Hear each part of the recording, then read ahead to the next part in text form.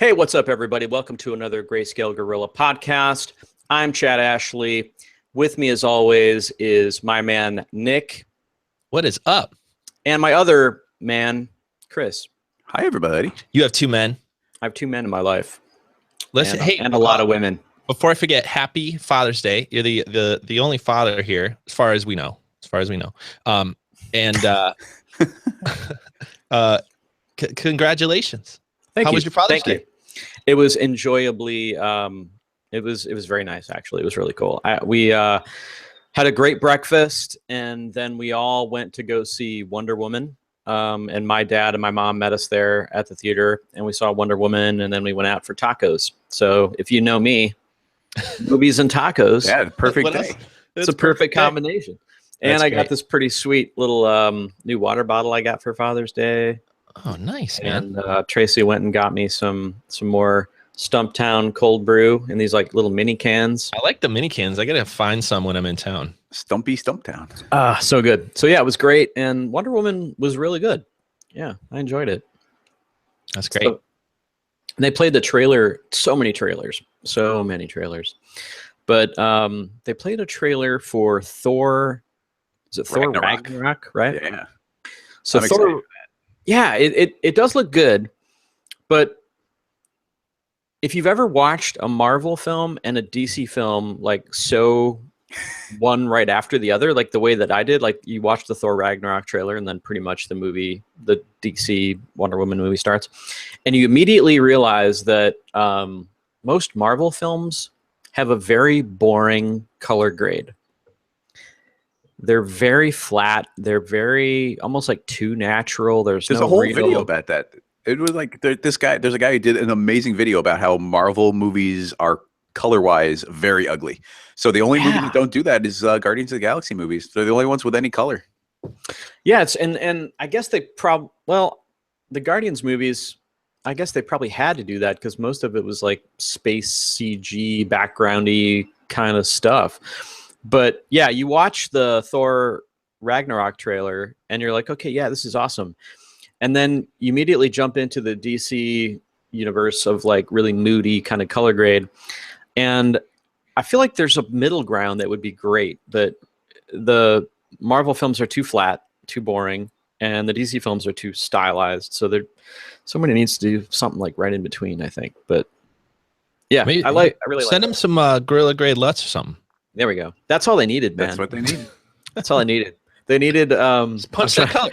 Yeah, they needed I'm trying to think of one of the funny names that we had. I can't. I'm totally bailing, or I'm totally screwing that up. But anyway, yeah, that was a good movie. It was a lot of fun. Then we had some tacos, and yeah, it was good. Excellent. Did you get to see your dad over the weekend, Nick?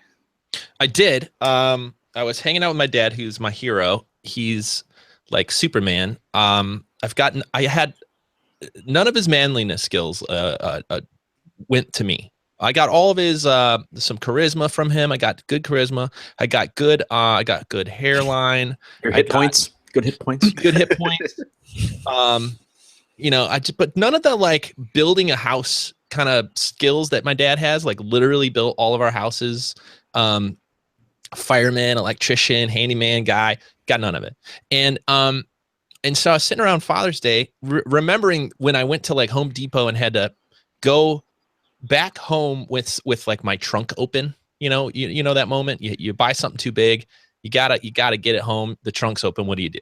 Well, you gotta like tie some sort of knot into a piece of rope so it stays closed or as closed as it can until you get home. And I realized my dad knows how to tie every knot, and I know how to tie my shoelaces. So I asked him, I go, yo, teach me how to tie a knot. You need to do this on Father's Day. I said, yo, Dad. And he goes, son, never talk to me like that again. He slaps you immediately, backhands you. And he goes and grabs some rappelling rope. He was also in the rappelling high angle rescue team and like went and saved people off buildings and crap like that. So of course he just has this stuff laying around, like real rope. And it's got like dirt on it and everything. It's real rope. And he taught me how to tie a bowline and a figure eight. And I knew the square knot. I knew that one. And he showed me how to at least close my trunk, which is good. And then also some really helpful things, like if you want to, pull a tree down or like tow somebody home.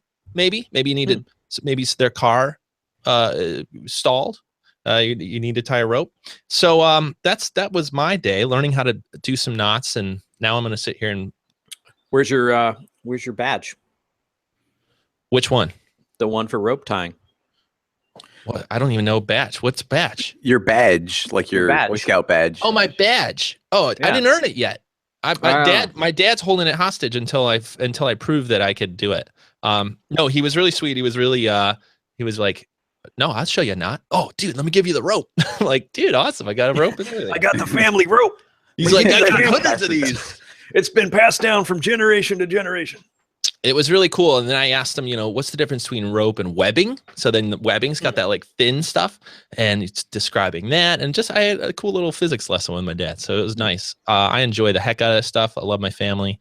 Got to hang out with them, got to see the grandkids, his grandkids, my nieces and nephews. And just was an enjoyable day. My brother-in-law came over, always a great guy. And it was just lovely day yesterday. A lovely day. It was. Yesterday was also weather-wise beautiful. Me, Danny, and Johnny, we went down to visit my dad. He's like 45 minutes south of the city. Get to hang out in the burbs a bit, go get some nice dinner, just kind of hang out and do the Father's Day thing. Yeah, we got him tickets to Jimmy Buffett. Wait, you forgot the other band though. It's just as important. Which is just as important. Which is Huey Lewis. Yeah, Huey important. Lewis and Jimmy Buffett. Super important. Man, Huey Lewis in the '80s, dude. So good. Is there more of a hit maker than Huey Lewis in the '80s? I mean, Sports was their was like that's what they did. They're like, what are we gonna name this album? Let's name it Sports. People like sports. That's what it's called, right? Am I wrong? Yeah, Sports. It was a big hit. I'm like, there was at least 10 hits on that record, I think. I love when you play a record and it sounds like their greatest hits, but then you realize they just had nothing but hits on the record. There's a Cars album that's like that. You put on, I want to say it's the second, maybe the first one, and the songs, the hits start coming, and finally there's a song where you're like, I don't know this one. You're like, because it's not the greatest hits. It's just 9 out of 10 of these songs. Their album are amazing. Love that. But it was also a good excuse. I finally got my new camera, my A6000 Sony camera. Sweet. What lens did you get? It's just a kit lens that came with it, but I wanted to tinker around a little bit, and immediately I want like a nice zoom lens and a macro lens. Oh, see, now you're on the lens train. Watch out. Well, that's an expensive train. I really right away I wanted to do those two types of photos because I was like doing all this manual focus. It's like I want to zoom more in than I can, and all is that a zoom lens? Does it zoom at all? Yeah, or is it... no, I get there's a decent amount of zoom. I don't know what numbers mean. It says 1650 on here.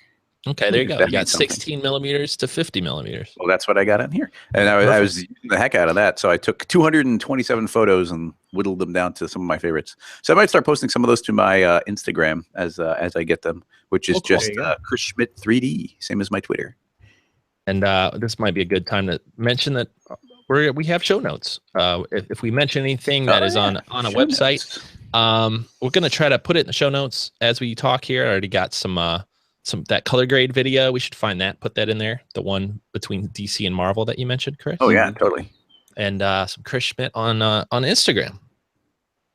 Oh, there you go, dude. On the Instagram. On the Instagram. So I tied a bowline. This is the bowline knot, I think. And he said if you get a bowline right, the little end of it is in the middle. And then this you can tow a boat with this. So thanks, Dad. This is when I need to tow a boat. You go tow a boat. I'm ready. I'm ready. I feel better already. I feel more prepared for the apocalypse. Are you going to keep the rope on like your hip? Like a lariat, like a golden lariat. Yeah. Just came from Wonder Woman, so like I'm immediately like thinking about that. So he literally gave me a bag with got some carabiners in here. Wow. Wow, you are ready. And a bag that I could put the rope in that I could like tie on my back. You know, put like dangle it on my jeans. Maybe I just might walk around the city like this and have. I think that's a great idea. It's a cool look too.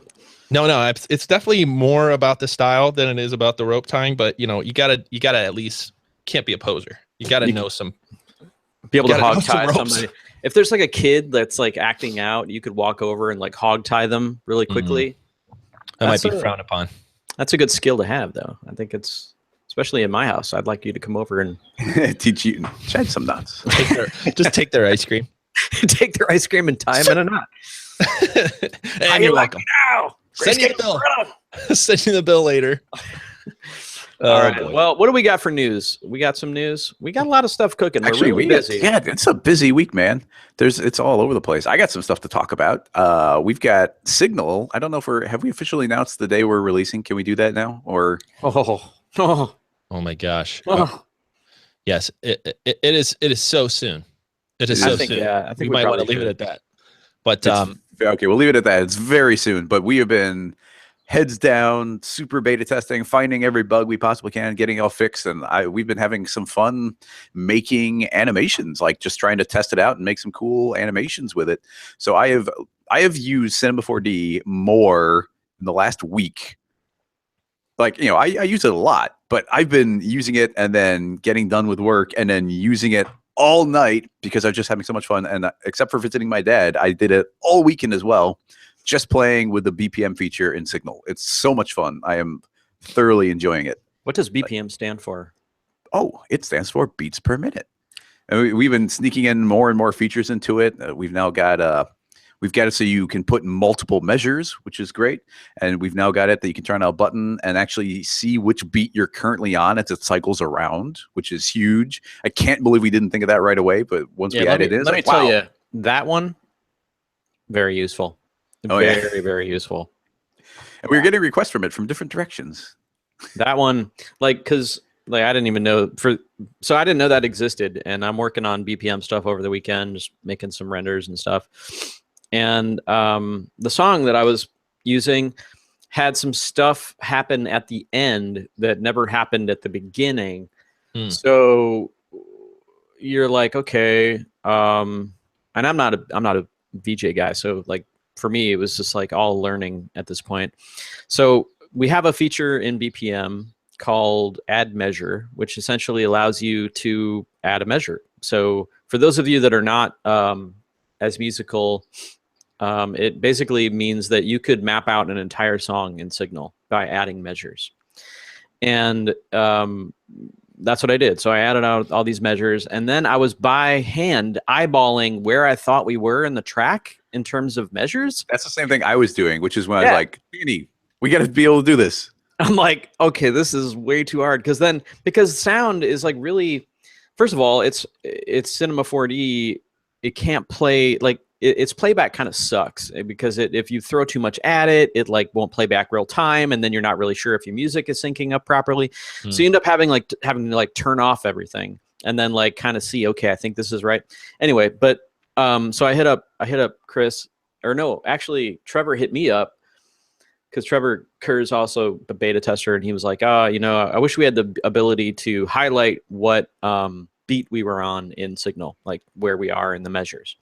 And immediately I was like, no way. Like, that's going to be way too hard. It's going to take up way too much time. So I'm like, all right, I'll ask Chris, but I think he's probably going to yell at me or something because that's going to be way too much. Too close to launch. Yeah, too close. Number one, too close to launch. And number two, like, can the viewport even like sustain that? Can it even do it? So I hit him up, and Chris is like, oh yeah, it's already there, dummy. Like, it's called highlight, turn it on. And so once I turn that on, and it highlights where you are in the song in the BPM, and this will all make more sense when we launch. But just know that if you're working with a track that has like some sort of melody that comes in at the end, and you're trying to figure out where you are, that's where this feature helps you out. Super useful, super useful, fun. I'm excited. Yeah, I'm excited too. Yeah. Also made some Transform stuff as well. We'll be announcing that. Probably stagger the releases a little bit. Well, we could probably talk about Transform another day, but I've been working a little bit on that behind the scenes. Adding in some sexy new presets. If you do type animation in Cinema 4D, this will be for you. So yeah, that'll be fun. That'll be fun to announce when we get closer. And what else is going on before we get into our big topic? The last thing I got is I got my iPad Pro here. Nick doesn't want to do any hardware talking, but I'm going to be unboxing this in the background. I'll be tiny on the screen. Thanks for calling me out, Chris. Listen. Here's the thing. Hardware.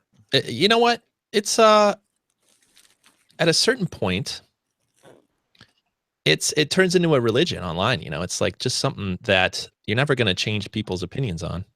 So you know, it's Mac versus PC. We've been, you know, the Mac versus PC wars have been going on for years. And you know, listen, we've tried financial aid. We've tried the Red Cross has gotten involved. Red Cross has gone in. What? There just seems to be no solution, and you know, it's kind of interesting. You know, people like what they like, and then they also, you know, what's also interesting, they don't like what they don't like. And so and I think people like to also justify their decision. So, and that's why you find people that are completely just immovable because they it's like Ford, Chevy, you know, like I bought the Ford's the best. And if you said, well, what if I just gave you all the money in the world? Would you still think Ford was the best? You'd be like, no, I'd probably have a new car every day.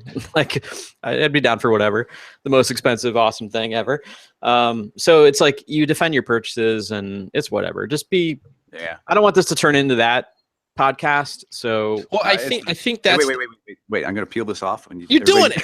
Everybody listen to the sound. So oh, that's satisfying. Our podcast listeners are driving off the road. I know. They're like, oh my God, that noise. What was that? I can't see it. Chris is now opening a 9.7, I think, because I'm also looking into one of these.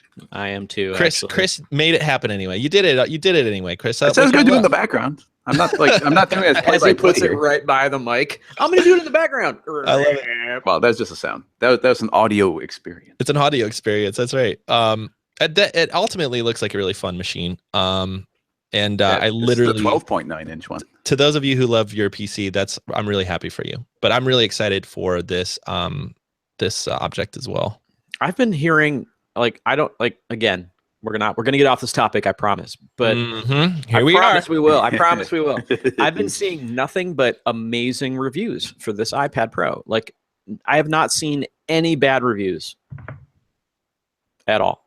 I'm really excited. Which is really rare. I mean, that's pretty rare in the tablet game where there really isn't a whole lot going on. It's already charged. This old mini is my only iPad, and I use it the heck out of it, and I still have never updated it in like 6 years. So sometimes I watch a YouTube video and it barely can play it. So I'm like, okay, I think it's time to update. Oh boy. And since I've been doing more music stuff, I've been thinking about the Pro just to have a faster chip and to be able to record on it and all that stuff. So I'll be looking at it too. So I do eventually want a review. So you know what? Maybe we'll see what your experience is like next week, Chris. We'll have a segment. We'll have a hardware segment. People love this stuff. They do. They eat it up. I will say though that I really wish it had multi-user. Like, how do they not have multi-user at this point? You just get another iPad, Chad. I know, but like everybody gets their own. All right, cool. Let me grab the Greyscalegorilla credit card real quick. I'm just gonna order 4 of them. But I mean, if you got a family of 4 though, like I don't want. It's silly that they don't have that, but that's the solution. Everyone needs their own. What if you want to watch Netflix and the kid wants to play a video game? If it were not if it was like whatever, I have all the money in the world, of course everybody would have their own iPad and their own Tesla driving around. But anyway, I mean, I wish they did have multi-user support because my kids will just immediately put games on it, and I don't want that experience. I just want like productivity and movies and that sort of thing. So I don't know. Just give them their own page. Like this page is theirs.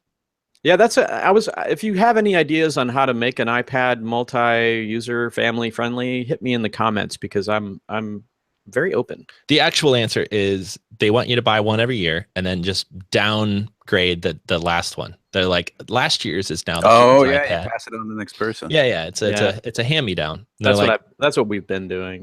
Yeah, that's the actual family answer is the adults get the new one. And then the kids get the old iPhone that doesn't have a cell data network with it anymore, that they could just watch, some videos and play. Been doing that for 5 years now. Or if they still play Minecraft. Is Minecraft still around? Minecraft is not only still around, they're doing a big old upgrade to it to where all the different systems are going to be interlinked. So someone at Xbox can play with someone on an iPad who can play with someone who's on a computer. It's going to be one of the only games that does that. Holy moly. And they're doing like a giant graphics update to it as well. Okay, that's fun. That's fun. It's the whole thing. I don't understand Minecraft. All I know is that it's like low, like bitmappy looking stuff. Yeah, it's the best. I love Minecraft. I've played way too many hours of it. We have an active server over here. Well, since Chris threw the iPad in anyway, which is fine. I just wanted to clarify what I mean, because I think it's important for the podcast.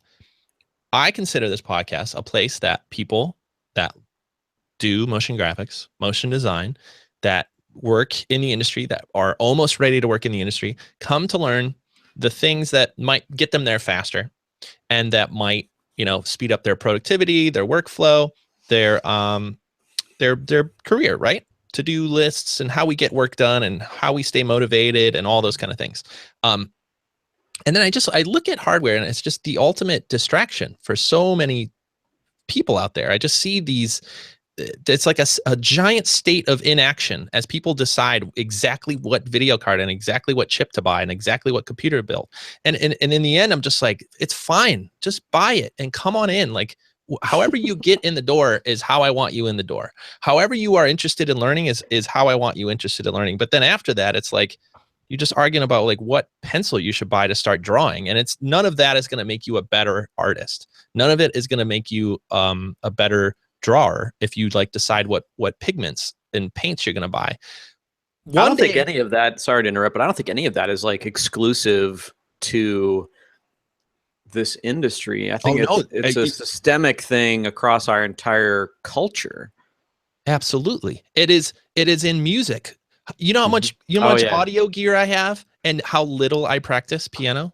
Like, the hours spent researching gear and what to buy, and then every hour I do that is a scale and get better at what I'm actually trying to do. And I fall for it every time. I'm looking at a new, piece of audio. I'm talking about getting one of these iPads because I'm like, oh, that'll help me record good music. No. Totally. Sitting behind and learning my instrument is the hard work that I need to go do and schedule to get my job done. And or to get my goal, which is like right now learning jazz piano and learning gospel piano. That is such a big task for me. And if I don't sit behind the keyboard and practice, it's not going to get there no matter what gear I buy. And so with that analogy, I just look at all this talk and back and forth, and it's just like, and I was there too. Everybody's been there. And some people go fade into it, fade out of it. But ultimately, the quicker you can get inside of the actual thing that you're trying to do and start working on that and your color theory, and you're making as many renders as you can and trying to make clients happy, like that's the hardest stuff.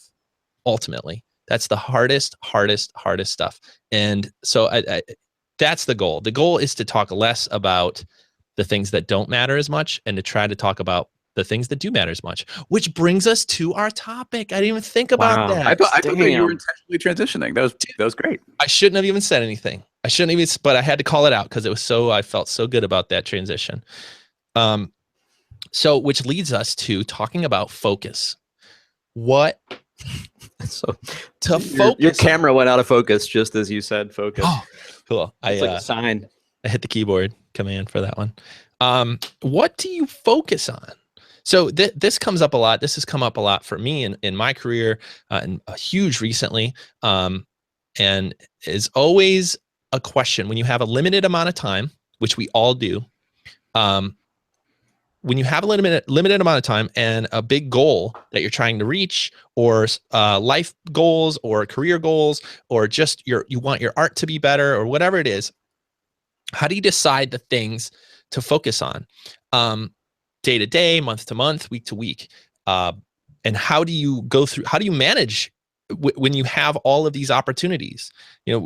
We're blessed with the computers and internet and the ability to learn from almost anywhere in the world, and to read any book from that anyone's ever written is like on a bookshelf somewhere or in Audible, ready to listen to, and thousands of podcasts and all these things that we could be doing. How do we focus on the things that will ultimately matter in our life, in our career, in our design, and within our even our family and our friends and all these things. Like, how do you decide what to do? And I guess I always struggle with that, and I wonder if maybe we can kind of dive into this topic, because man, I've certainly had that feeling.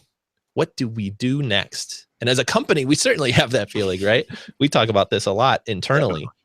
But you know, for you guys, is like, in your career, have you come across a time where you're like, should I go in this direction or this direction? And maybe we could talk about some of the things that you did to decide, or some of the filters that you put up to pick between those things.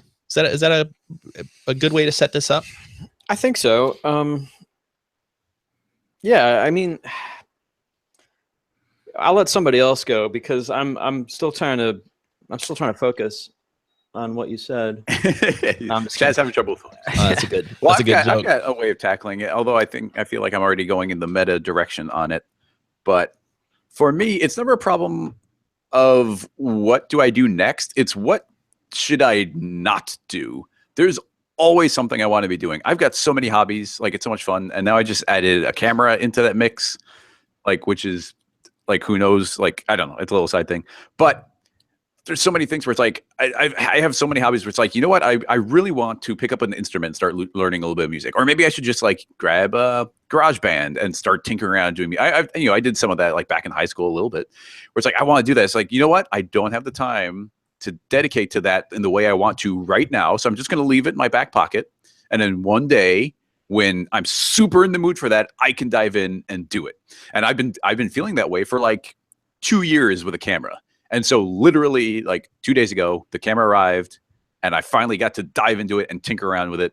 And then like over the course of a single day, got to take like hundreds of photos, like, cause I was ready. It was like, okay, now it's time to focus on a camera and tinker around with that and have some fun with it.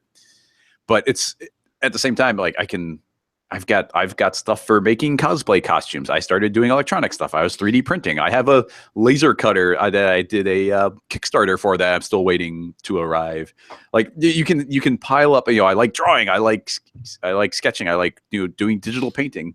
Just doing 3D in general. And then it'll be like, oh wait, I want to tackle an editing project. It's so easy to be like, oh, I've got all these hobbies. I want to do all these things, and then never be able to focus on any one of them. So it for me, it really turns into like, no, it's not time for that one yet. Let's leave it in the back pocket and maybe do that little bit of research. So that I'm ready to hit go. I can go and hit go, and it's ready. What's your thought process then? Like when you have all those toys and like projects and interests, and you seems pretty interested in all of them. How do you decide on what to focus on? How do you decide what to work on, so that when you look back, you're like, oh man, I should have spent more time like learning how to laser cut or whatever? I don't know. I just go with my gut, honestly. Or it's more of a, let's not add another one to the list, because I tend to go through my hobbies in phases where it's like, oh, you know what? I'm super in the mood to draw, and I'm going to draw for like a month of like, I really want to draw, and I draw and I draw and I draw and I draw. And it's like, yeah, I'm kind of bored with drawing, and I won't touch it for a year. And a year later, I'll come back to it. So it's more like, do I have a 1 month or 2 month like field here that I can go and just tackle this and do whatever I want? And then, I know I'm going to get bored with it for a little while, and I'm going to go back to it again for sure. So it's more like, how many things do I want to put in that cycle of jumping in and tinkering? So, I mean, at a certain point, with your hobbies, you should be doing what you want, like all the time. Like, so this is what you're doing with your free time when you don't have obligations, is doing fun projects, is what I think, hobbies are. Like, I wouldn't consider playing video games a hobby. A hobby is like, for me, a hobby is like something where I'm engaged and learning and challenging and like making. So I don't know. So I just go with my gut. Like, if you're not enjoying what you're doing actively on it, then, maybe don't spend any more time on that right now until you're super in the mood again. Yeah, I think there's a lot of similar language to what I do. And I kind of try to consider my work and my hobbies and my play and all that kind of stuff together. That's kind of how I mentally add up the hours in a day, and just kind of realize, for me, at least, some of the mental things I go through is like, first of all, I realize that everybody has the same amount of hours. Like, nobody has 25 hours in the day. And understanding that anybody that is ultimately good or successful at what they do is using the same amount of hours that I have. So that's like a little bit of thing of like, oh, I'm always behind, or I didn't put enough time in, or I didn't put enough effort in. Whenever that gets to me, I just kind of remember my heroes had 24 hours a day, and an average lifespan, right? So for the most part. Anyway, so that's like a first mental shift, is to like relax myself and start to not overthink it. But then I'm kind of with you, Chris. Like I kind of think of things in phases, where I realize that if I go down this project, or if I go down this idea that I'm really obsessed with right now, it doesn't have to be what I do for the rest of my life. It could literally be something I put a lot of energy into. I ignore all the other parts of what's going on if I have the luxury to do that. Right. So if I have multiple projects I could work on, I could say, okay, for the next 6 months or the next 3 months or the next 2 months, I'm only going to do this. And if I'm not at this point with it, or if I don't like doing it anymore or whatever, I just set up a deadline and decide at that point, I'm going to go ahead and like rethink and make sure I'm on the right path. So something that I've tried to add into my life is adding seasons to any project that I'm about to start. Something that caught me up early on in my career was thinking that anything that I did, I had to do forever, right? And that's just not true about so many things. So I tend to think of projects that I have now in phases or seasons, and literally I will end a season and go, okay, that's the end of Nick playing piano once an hour season for this 2 months. And is this something I want to do more of? Am I engaged with it? Am I having fun with it? And if so, I could continue, and if not, I leave it away. But people without kids. Oh, you're just shaking your head the whole time. You're like, your free kids, time. Yeah. Oh kids boy, just what do I do hobby, with right? all this free time? Okay, so this is good. So with someone with less free time, right? How do you gauge? How do you think about this stuff? How do you set up your day? Because you have even more limited time, right? Yeah, I used to have even more and more. I mean, as it's like you go from. I mean, most people like have this phase in their early 20s before they have kids. They're like you guys. They like have all this time and they have so many interests that they don't know what to do, and they just end up bouncing around. Then you have kids, and all that goes away. Like you're in no more free time, no more sleep, no more. It's work and there's kids, and like those are the two things that you have. And then as your kids get older, you start to sneak in more of that free time and a little bit more of that what you're interested in doing back into your life. It's never the same. It's never as much. There's never a Saturday where you wake up going like, you know what? I'm just gonna stay in bed and watch movies all day. Like that's gone. Anyway, I don't want. Well, let me make sure we're refocusing too, because this is work. I like the idea that it's based on hobbies and all this stuff, but this podcast is about helping people get the job that they love and helping them like do more of it, right? And so when you choose on what to focus on, this isn't just about piano and 3D printing and like taking photos. This is about what we choose to do as a job. I mean, working is a third of your day, right? It's like, well, let's see, 8, 6, yeah, like a third of your day that you're deciding to spend your time on. And so how do people that are lucky enough to choose where they work and how they work and what they want to work on, how do they focus on the right things that will get them into the right parts of their career? How do they focus on what to learn? If they do have a moment to learn, should they be becoming a generalist, or should they be learning a new piece of software? Like, how do you find the things even in your work to focus on? Because a lot of us, I'm assuming a lot of us that are listening have a little bit more autonomy than a regular kind of like desk worker or a regular kind of office employee. Especially if it's a freelancer or something. Yeah, exactly. A freelancer is a great one, because they're ultimately, like, a freelancer is ultimately working for themselves and finding clients. And should they be finding new clients, or should they be, becoming better at their craft? So I want to make sure that we're talking about it in the context of work. and play too, because like I said, I do think of those things together. But let's make sure that we are trying to help people out there that are in their career going like, what do I do? Like, where do I go? That's a really broad one. Man, I don't know. Like I've always been really lucky in that everything that I'm really interested focusing on outside of and inside of work, it's this 3D. It's like always. So I don't really my interests outside of my interests have always been 3D related and film related. So for me, that's what's really hard, I guess, about having a relationship and a family and whatnot, is that they sometimes can't tell if I'm working or if I'm playing.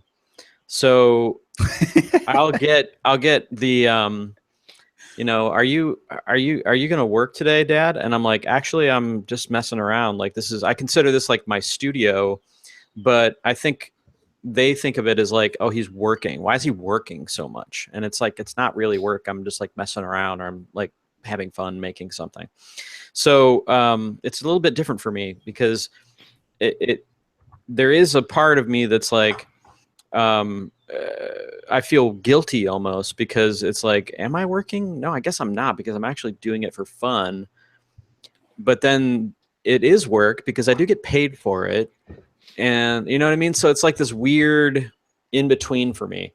But it's really important for me to communicate to my family and whatnot that they understand that I'm not, like, Nick isn't a slave driver making me work, you know, weekends and 13-hour days. It's that I'm messing around with something that I like. Like, think about, I try to always explain it like, this is if I was like a painter or a sculptor, this is my art studio, and I'm in here making art. Like, I am sometimes in here making art for people, like work for pay, and then I'm sometimes in here making art just to make art. And that is a really kind of hard, when you work from home, that's a really hard thing to communicate to family members. And it's like a whole separate topic almost. You need a little red light outside your door where you push a button, like working or not working. Yeah. I wish I kind of occupied or not. It's hard, man. Working from home, I can't imagine doing it. I'm glad I'm doing it now and not when my kids were toddlers, because there are no boundaries. There's no real way to tell a toddler that they're not welcome right now. And I'd have no problem doing that. My kids are tweens, and I can just be like, get out now. You heard me. I'm rendering. Me. Can't you see I'm rendering? There should be a light that says rendering. Buckets in motion. Buckets in progress. Well, so to me, and maybe it's hard to frame it. This is definitely a big topic. This is ultimately about what you want to accomplish.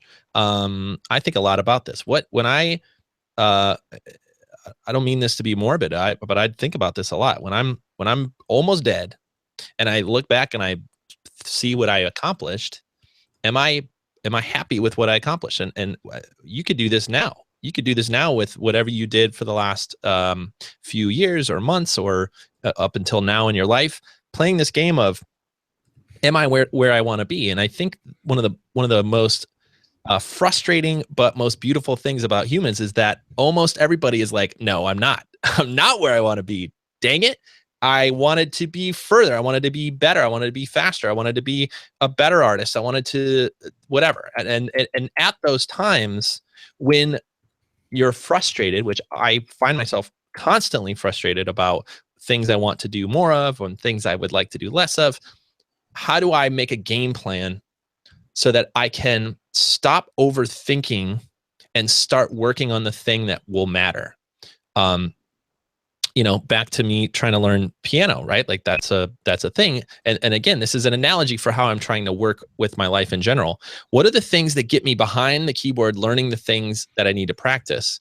And what are the things that keep me off of YouTube watching another like recording and producing video, which is ultimately a distraction. And it's fun.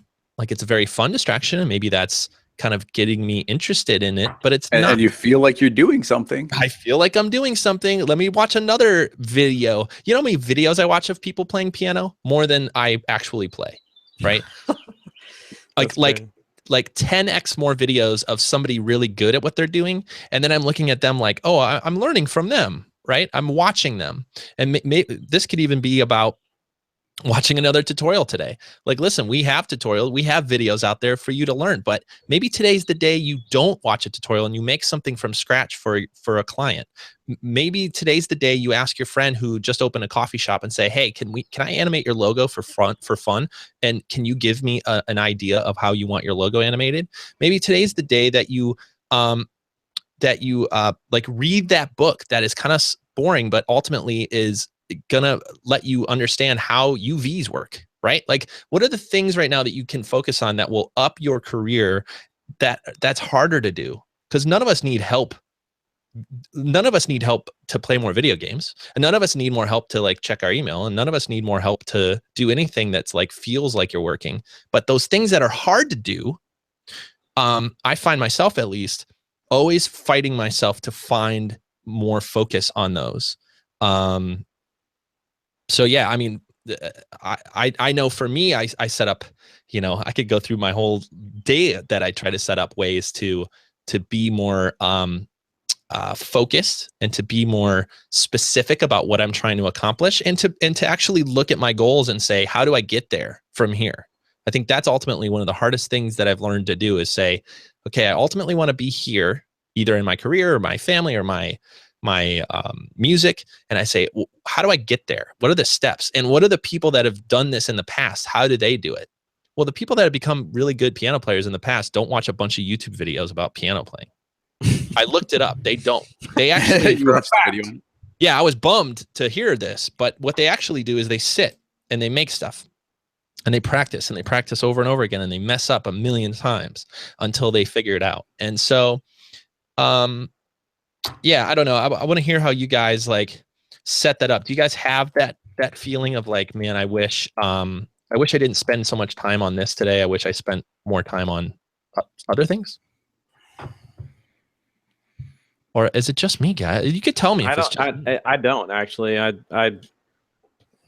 don't have the luxury of that much free time, so I guess it's not a problem. Like, I always know exactly what I want to do because I've already been thinking about it for the past 12 hours. Like, when I get time, I'm going to do this. And is that because you are limited? Like, you are time limited because of kids and family and that? Like, you are literally like, I mean, when I have that hour, boom, I'm going to blow it up with this. Yeah, that's exactly it. And when I used to commute for an hour and 10 minutes both ways, that I got really good at visualization. Like, what I would do is I would have an idea for how to approach a job or how to work on some project that we were scratching our heads about at the studio. And that hour and a half, I would visualize in my head, like what I was going to do to solve it, like whether it was 3D or 2D or cameras or whatever. And then, get home, have dinner, hang out with the kids, put them to bed. Then I had like 45 minutes of just like going into my office and like trying out what I had just thought of in that time period. And I got really good at doing all the clicks in my head and then just sitting down and doing it. And it's funny how when you have less free time, you start to get really focused with your free time because it's more precious and it doesn't come so freely. If that's a kind of a weird way to say it, but no, it makes total sense. It's something I've heard a lot about. When people have kids, they're like, you actually become more focused and in some cases more productive because all the stuff that we all probably, a lot of us fight all day, you can't do it. I can't spend an hour watching people play piano on YouTube. Like, that is just literally out of the question because that's what I'm guessing.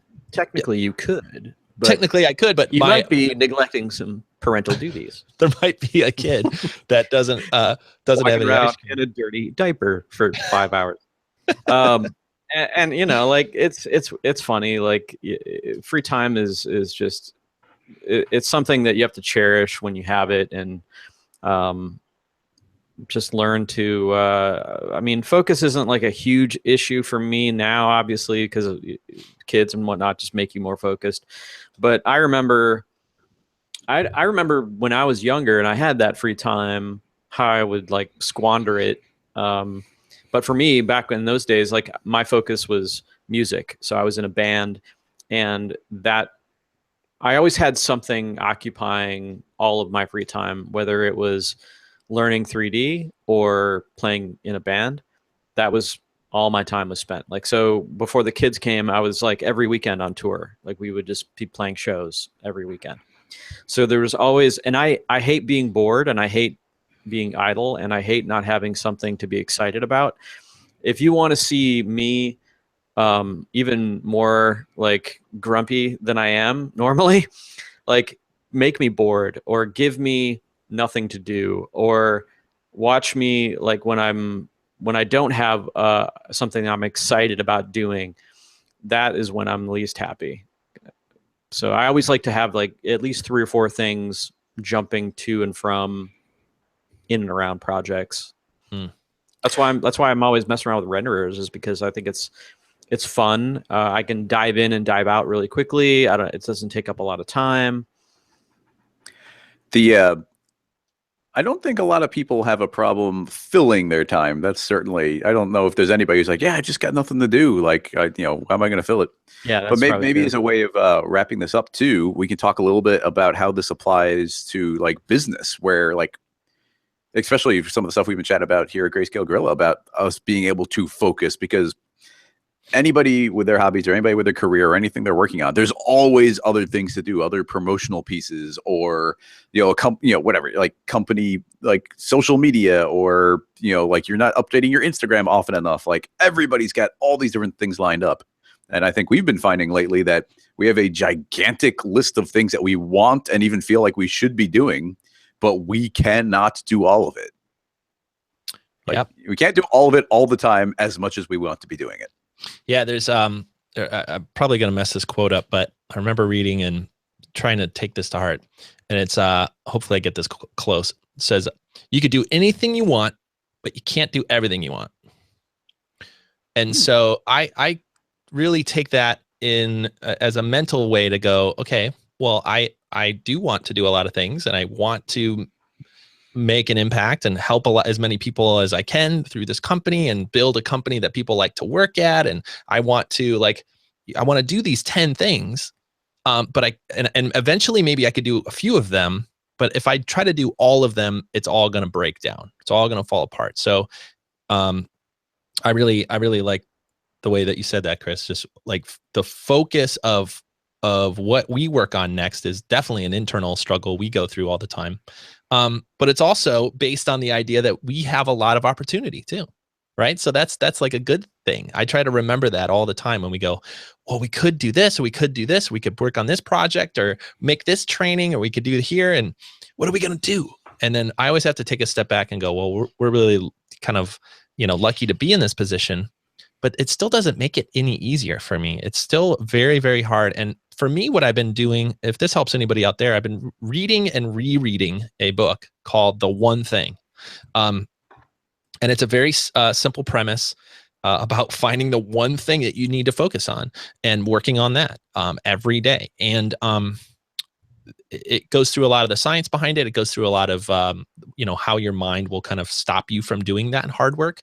But it's highly recommended. I've basically taken a media diet since I've read that book, and decided I'm not going to read any more business books. I'm not going to read any more productivity books until I implement what is in this book. To go back to my piano lesson, I need to sit and actually do what's in this book before I go get more information, before I go watch another YouTube video on how to set up my to-do list, right? Does anybody watch YouTube videos on how to be productive? Like, it's the opposite. It's a nightmare. And so my mental state, at least in the last year, has been trying to get out of that, monkey mind of like, what's next? This? Oh, God, we didn't do that. We got to get that. That's my mind. That's inside my head at all times. And what I've been trying to do is set up how I can put all that energy into something up front, how I could take all that nervous energy of like what to do next, think very hard about it and say, where do we want to be as a company, and talk to you guys. Where do we all want to be in 6 months? What are the products that will help the most people? What's the training that most people are asking for? Like all these things, we could actually have a big discussion about it and then plan the next few months.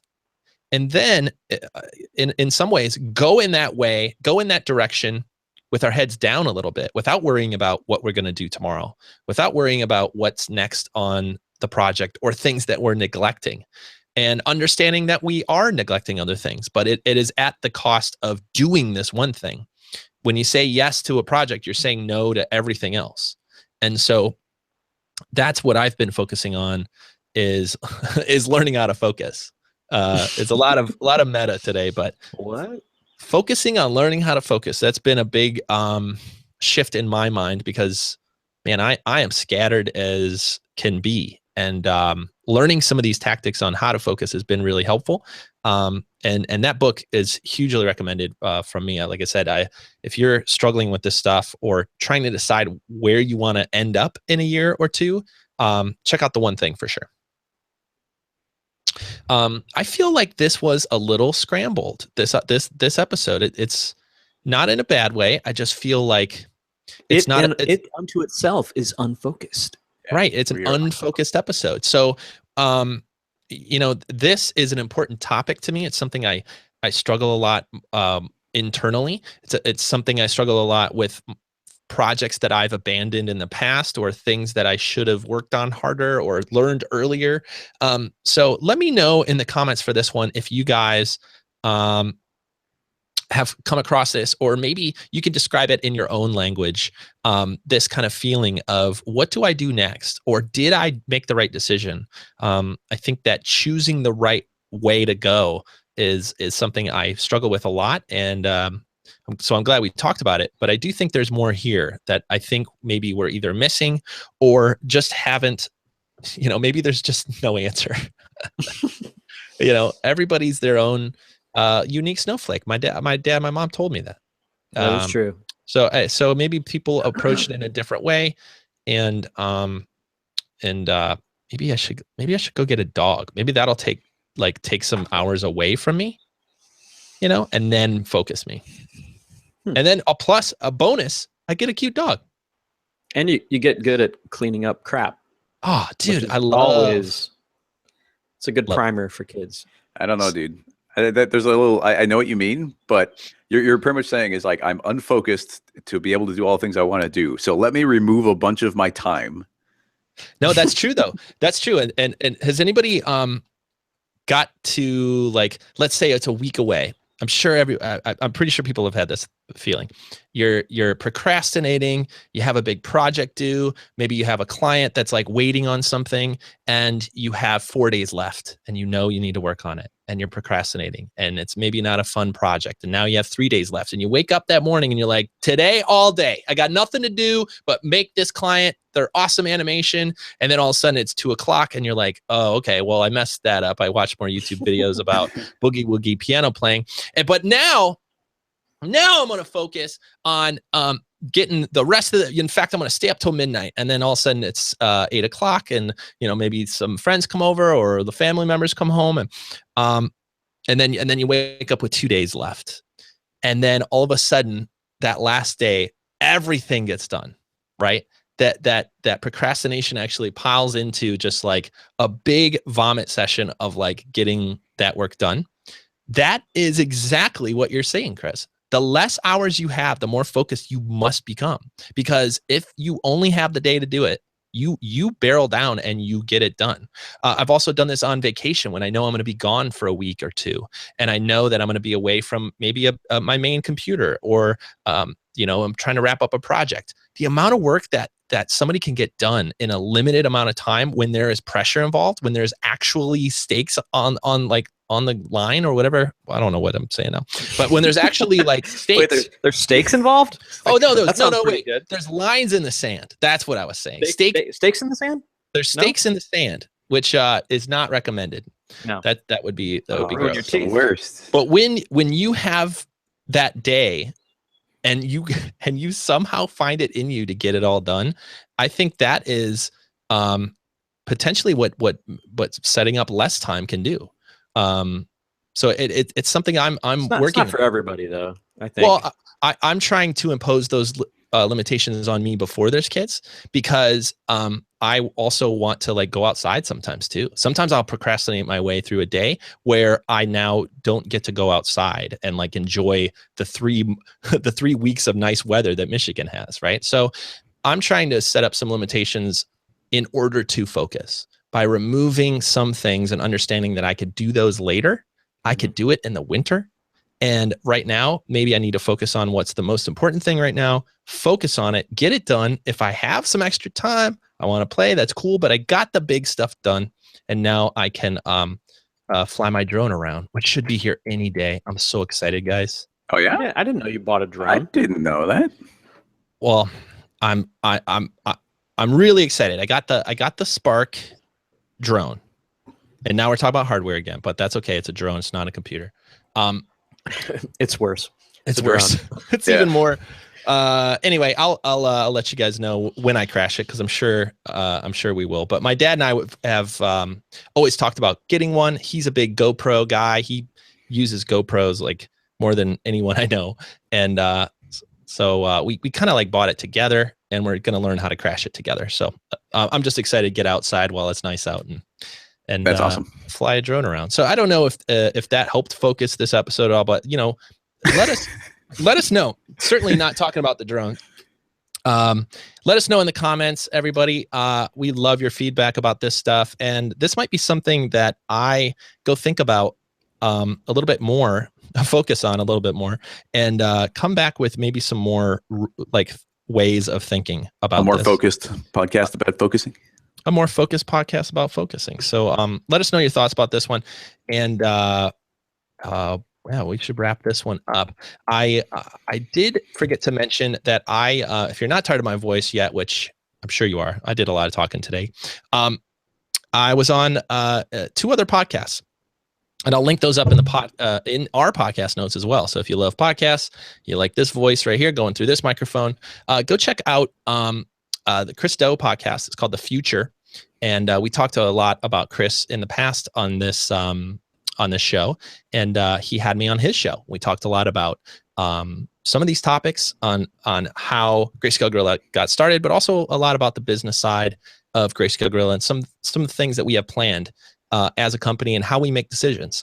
It was also on a podcast called How to Be Awesome at Your Job, which I'm always struggling to do a little bit better every day. So if you want to hear that one, that was fun because they don't know motion graphics, right? Like they didn't know me as a motion graphics, motion design person or 3D. They were just kind of interested in how I get my work done every day. So it's, again, a lot of the stuff we talk about today. So I will probably mention those next week as well at the beginning of the podcast so everybody knows. But go check those out. And is there anything else for today?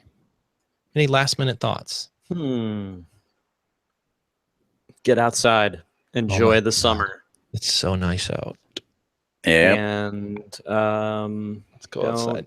Text and drive. Don't text and drive. Very good. Call your family members. They miss you. Learn how to tie knots. And Take pictures. Take photos. Play with iPads. Take photos. Fly drones. Don't talk Play about Minecraft. gear. Don't talk about, it doesn't matter what computer you own. Well, okay. Just for now. Just get outside. Just go outside. Thank you, Freddie. Thank you, Freddie, for helping. Well, this podcast went off the rails, and I enjoy these. I'm all about it. We should just start, like, it can be like one of the sub segments of it where it's just a podcast off the rails. podcast Off the Rails. This is a very special Off the Rails episode of Greyscalegorilla. So yeah, it's like the AMAs, and then we can have Off the Rails. Yeah, you really want to listen to this one with a whiskey. So hey, tell yourself about an hour ago to pour a whiskey. Mm-hmm. See, this is about regret. Don't you wish you poured a whiskey? Sure. Who says I didn't? We don't know what's in that thermos. Yeah, happy Father's Day. Here's whiskey in a thermos. Oh man. All right, let's wrap this one up. I give this episode I don't know how many centimeters. 44 centimeters. And I hope you guys have a wonderful day. And above average.